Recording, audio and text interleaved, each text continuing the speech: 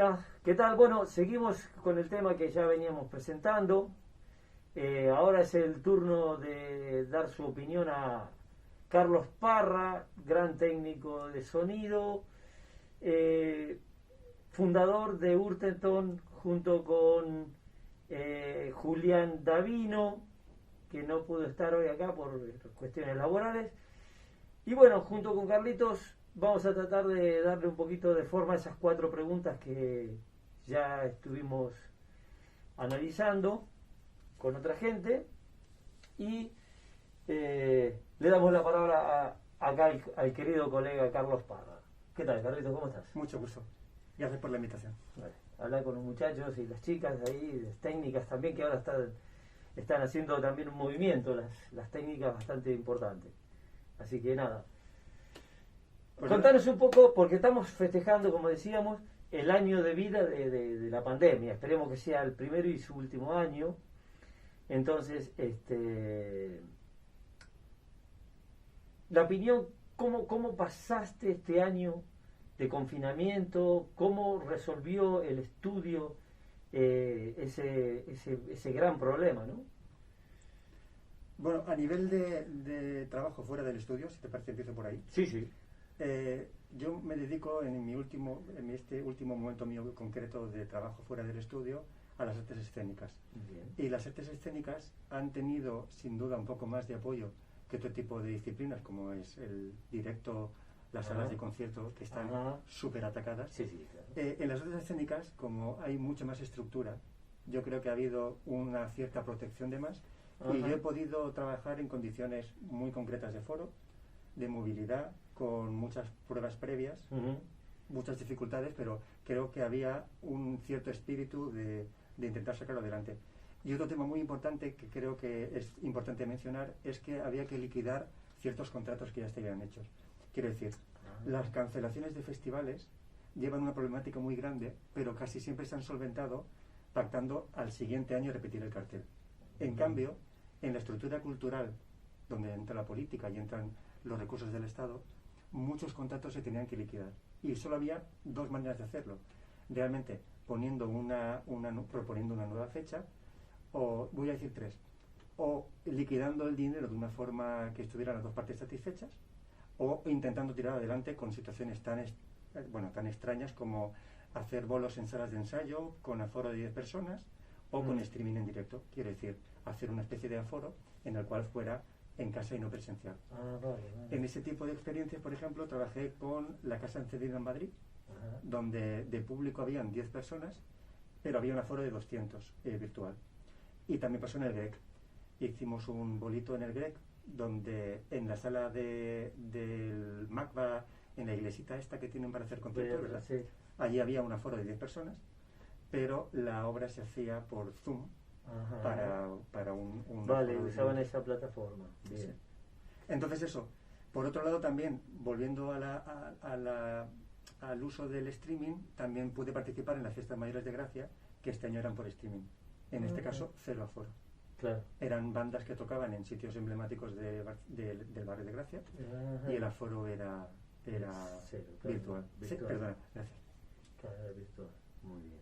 ¿Y el estudio cómo lo hacían? Porque bueno, lo que veníamos hablando en la entrevista, en una de las entrevistas estábamos hablando del overdubbing, ¿no? De la posibilidad de grabar por tracks, que eso viene de Les Paul hace muchos años atrás, con cintas magnéticas, ¿no? Obviamente.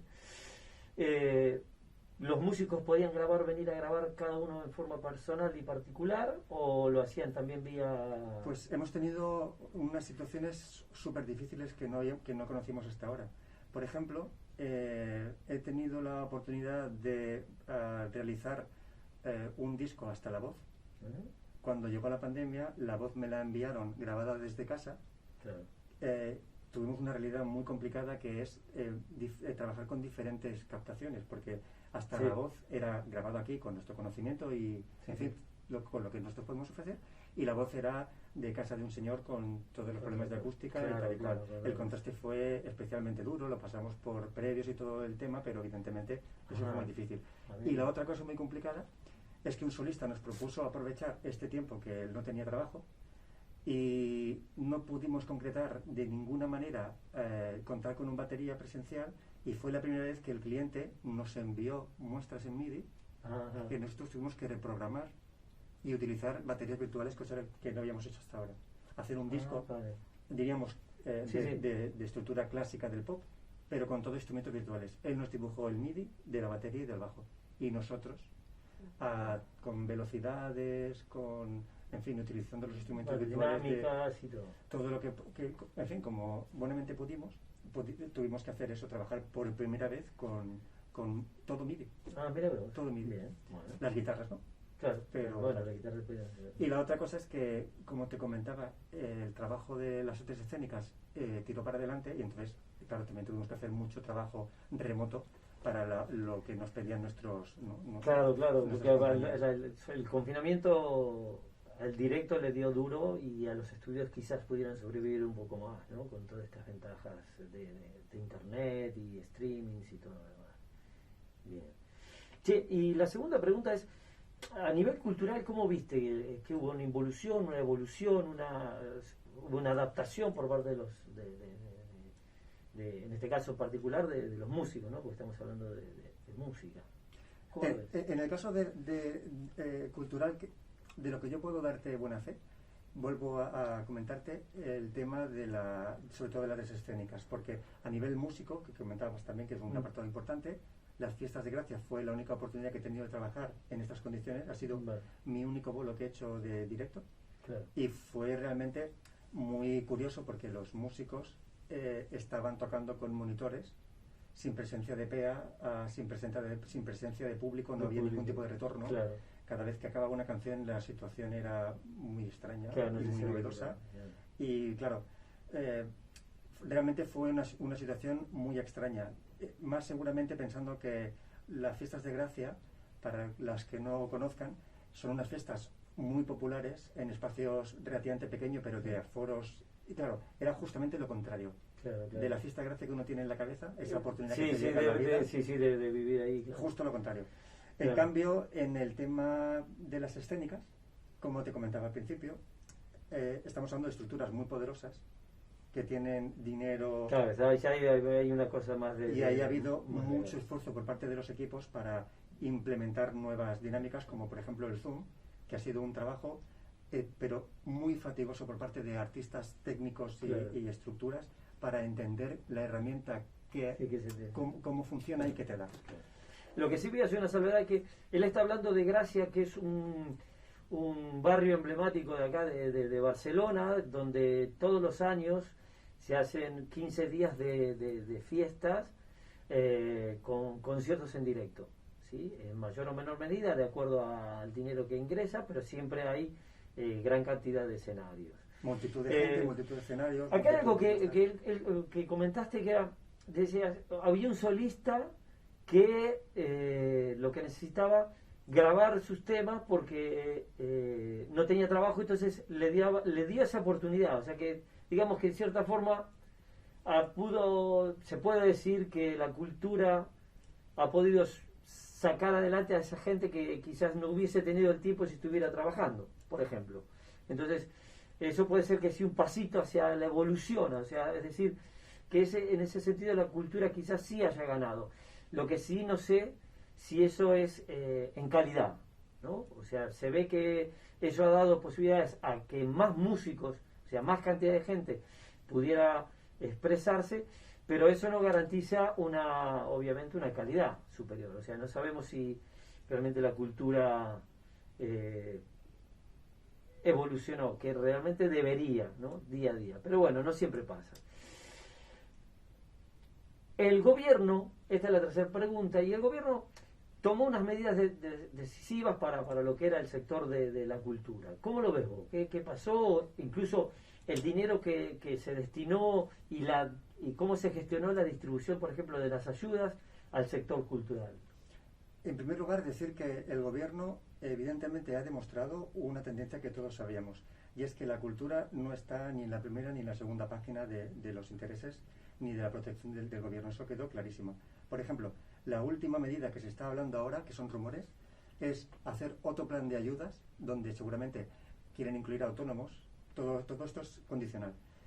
Y que tienes que demostrar una disminución del 30% de lo que hiciste el año pasado de tu actividad normal. Quiero decir, ojo, no estamos hablando de proteger, no estamos hablando de incentivar, no estamos hablando de compensar. Estamos hablando de, si tú has llegado al límite de estar por debajo del 70% de tu producción normal, entonces darte una ayuda. Creo que es suficientemente interesante ver en el momento que estamos el aniversario de este problema y que la medida que ahora se está rumoreando no sea una medida de incentivación o de fortaleza, es una medida de prácticamente desesperación, de supervivencia. Esa es la primera cosa.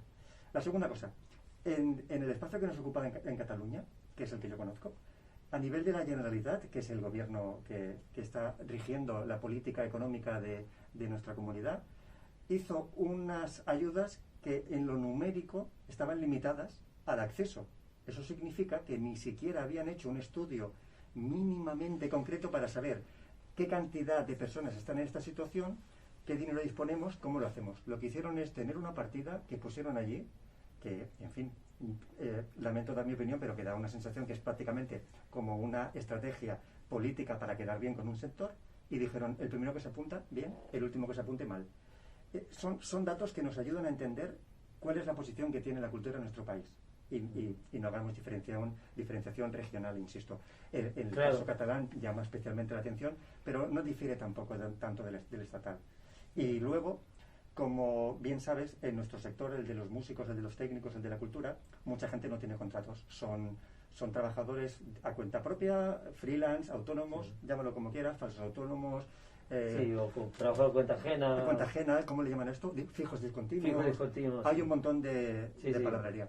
Hay mucha gente que cuando llegaba el momento clave de su actividad laboral, que era el verano, se vieron privados de los conciertos de barrio, de los festivales, de los congresos audiovisuales, y esa gente no ha tenido ninguna ayuda en lo relativo a ser autónomo, en lo relativo a tener una parte que te paga la empresa, otra parte. No tenían ningún tipo de entrada. Claro.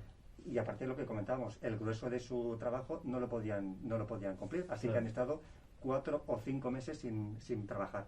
Claro. Un amigo mío que es un iluminador muy importante de por allá de las Cataluñas profundas, hizo sus cálculos y me dijo que había dejado de ingresar X, pero que de gastos hasta el día de hoy llevaba cuantificados 7.000 euros. Claro. Estamos hablando de este tipo de dificultades. Claro. No solamente lo que resta, sino lo que no entra. Claro. Las ayudas eran un determinado dinero destinado para esa ayuda, y los que llegaban a cobrarla, cobraban, y el que no, y el que quedaba fuera, porque no se enteraba, o porque rellenaba mal el formulario, o porque la web estaba saturada. El acceso era muy complicado. Lo ha mejorado, creo que eso sí, lo he notado que ha mejorado lo que tiene que ver con la parte de informática, pero eso no significa que haya gente que no pueda acceder por un motivo u otro, ¿no? Sí. Para cerrar este tema, también decirte que han habido también otras propuestas por parte del gobierno en las cuales, si tú podías demostrar bolos cancelados, actuaciones canceladas, te podían dar un tanto por ciento. Claro. Con la gran complicación que existe, como te comentaba al principio, que es un punto que estoy volviendo bastante, pero cuando tú trabajas con la cultura, diríamos, establecida, es más fácil diríamos, la cultura del contrato, la cultura de cosas por escrito. Y es relativamente más sencillo poder demostrar que una cosa estaba hablada y se anuló. Pero bolos de gente que toca en salas pequeñas, bolos de gente que tiene pactado tocar en las fiestas de su barrio, que tiene pactado tocar en... No, también, yo creo que también en eso a las empresas se les complicaría, porque claro, por ejemplo, si hay un bolo determinado, y ese bolo, que por más que tuviera un contrato o un precontrato, la empresa no sabe a qué técnico va a llamar realmente. O sea, acá sabemos que las empresas van llamando a los freelance de acuerdo al grado de confianza que le tengan, pero claro, ¿cómo decir, bueno, a ver, en este bolo a quién pensaba llamar? No sé, y capaz que ese alguien tampoco podía, o lo que fuere. Entonces, claro, era un arma de doble filo. Yo creo que el gobierno ha hecho muchas trampas con respecto a lo que eran las ayudas.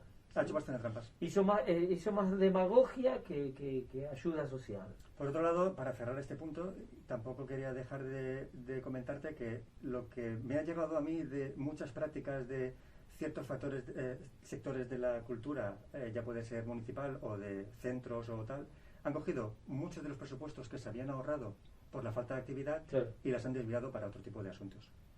En algunos casos era una decisión éticamente cuestionable. Por ejemplo, he oído de muchos compañeros míos que se mueven por Francia que han habido grandes teatros que han aprovechado para aumentar su capital tecnológico y implementar cosas que les faltaban y tal. Que puedes decir, eso es una forma de retorno a la cultura, aunque el artista, el técnico, quede de lado, pero como mínimo es un retorno a la cultura. Pero han habido otros casos, ayuntamientos tal, que han hecho iniciativas como mover las partidas de cultura a cuestiones de sanidad, a cuestiones de otra índole. Que nuevamente, aquí hay una cuestión moral, ética, no cabe duda, porque uno puede ponerse, diríamos, consecuencialista, decir, hay cosas más importantes y justamente se le puede dar la vuelta. ¿Qué cosa más importante puede haber que defender la cultura y la educación? Sí, bueno, es verdad. Lo que pasa es que también es que yo creo que es ancestral, ya la cultura como arma poderosa que tiene el pueblo está siendo controladísima por los grandes capitales, ¿no? Esto ya está claro. Lo que pasa es que los que hacemos cultura, creo que es una de las grandes oportunidades que puede ser que tengamos ahora para reivindicar, para realmente hacer cultura de verdad. Yo sé que, por ejemplo, es muy difícil para un técnico decirle que no si viene un Paquito, Paquirri, ¿cómo es? El hijo de la Pantoja, que viene con una bolsa de guita y te dice, quiero sacar un disco. Que aparte no vendría con la bolsa de La Plata, no, vendría con otra bolsa también. Pero la cuestión es la siguiente. Realmente estamos haciendo, los que estamos en cultura, estamos haciendo cultura, estamos llevando hacia adelante la cultura o no. ¿Cómo lo vemos? Yo creo que tú has apuntado con una muy buena dirección, y es que la dificultad siempre suele sacar adelante propuestas individuales que no tendrían espacio cuando la dinámica de la vida en sí misma o las dificultades de ingresar en un estudio son evidentemente un punto que deja a mucha gente fuera de esta ecuación. Como tú bien decías, a nivel numérico, a nivel cuantitativo, estoy seguro que ha aumentado mucho en la riqueza la necesidad de la cultura, y por otro lado nosotros como técnicos y músicos y nuestros prejuicios seguramente podemos describir que ha bajado un poco a nivel cualitativo, porque claro, no digo que bajen las expectativas, pero estamos haciendo lo que se puede. Sí. Y si a mí una persona me entrega una grabación realizada en un ambiente no profesional, que tiene que aparte contrastar con lo que sé que está grabado en lo profesional, yo evidentemente tengo mi prejuicio. Y tengo, evidentemente, los datos, como tú bien sabes, para decirte, la deficiencia de esta toma reside en XY. Sí. Pero no deja de ser, sin duda, ¿verdad? Sacar adelante esa expresividad que tú comentabas, ¿no? Expresar lo que tenemos dentro. Sí, sí, sí. Por lo tanto, creo que sí. Y creo que firmemente va a haber una disminución a corto plazo de la calidad de la propuesta, porque muchas propuestas que se han hecho en streaming, a nivel de propuesta artística y a nivel de lo que tú recibes como señal, han sido muy deterioradas, mucho, muy porque mucha gente ha aprovechado para hacer su movida desde el sofá. Desde el sofá, claro. Y esto a nivel cultural y a nivel tecnológico, ¿cómo ves el futuro? O sea, ¿crees que pasará de aquí a poco o ya me veo festejando el segundo año de esta pandemia otra vez? ¿Cómo lo ves? Yo tengo la sensación de que la cosa ha mejorado porque hemos aprendido a base de diríamos, 3 frenazos en seco. Creo que cuando nos aislamos no tiene comparación y no soy capaz de decir lo que fue aquello. Pero después de esa experiencia tan fuerte, hemos tenido como 2 frenos en secos y sabemos que no podemos salvar, aunque nos haga ilusión, el corto plazo. Tenemos que pensar en un verano a medio gas, pero que exista ese verano. Luego parece ser que la cosa puede estar mejor por cómo funciona la vacunación y cómo hemos sido capaces de implementar nuevas formas de trabajo. Creo que se trabaja con mucha más seguridad que nunca. Se exigen garantías para que un trabajador o un cliente, un músico, un artista que venga tenga las máximas garantías. Yo creo que en ese sentido se ha trabajado muy bien. Hay que tener paciencia, estamos en el último momento y seguramente es cuando tenemos que dar todavía ese último esfuerzo. Pero bueno, a mí me gustaría también, aprovechando que dices esto, dar un margen de mejora y tengo una cierta esperanza porque, por ejemplo, lo que estamos viendo ahora colgado en YouTube no tiene nada que ver con las primeras propuestas, que eran muy frescas, muy reales, pero que a nivel cualitativo, técnico, dejaban mucho que desear. Hoy en día las herramientas online son muy poderosas, seguramente pregrabadas a donde quiero llegar a parar. Todavía tenemos un reto para mejorar mucho lo que es la señal en vivo. Claro. Porque, por un lado, estamos dando a alguien algo que es de real, que está pasando, algo performativo, pero por otro lado, yo con mis prejuicios necesito un poquito más en lo técnico. Necesito todavía un poco más. Así que ojalá el 5G, ojalá cierto tipo de algoritmos a nivel de compresión, no lo sé, bueno, mejore un poquito esto, porque yo creo que tú has dado en la clave. Creo que los artistas tenemos que comunicarnos con las estructuras, ya sean salas, foros, sitios de grabación, con una fluidez que permita el momento. Sí, estamos, yo creo que es un momento dado que tenemos que aprovechar para cambiar un poco el pensamiento en general del hombre, ¿no? O sea, salir para afuera, manifestarse y tratar de generar más movimiento. ¿Hacia dónde? Si es evolutivo o involutivo, bueno, ya el tiempo lo dirá, pero hay que generar. Voy a agradecer nuevamente a Carlitos Parra, sí, y a nuestro querido Julián Davino, que no pudo venir, pero nos vemos en la próxima y esperemos que no haya segundo cumpleaños de esta pandemia y que se muera de aquí a poco. ¿Ok? Gracias, Carlitos. Un placer. Si quieres despedirte de la gente. Un saludo y gracias por escuchar. Chao, chao.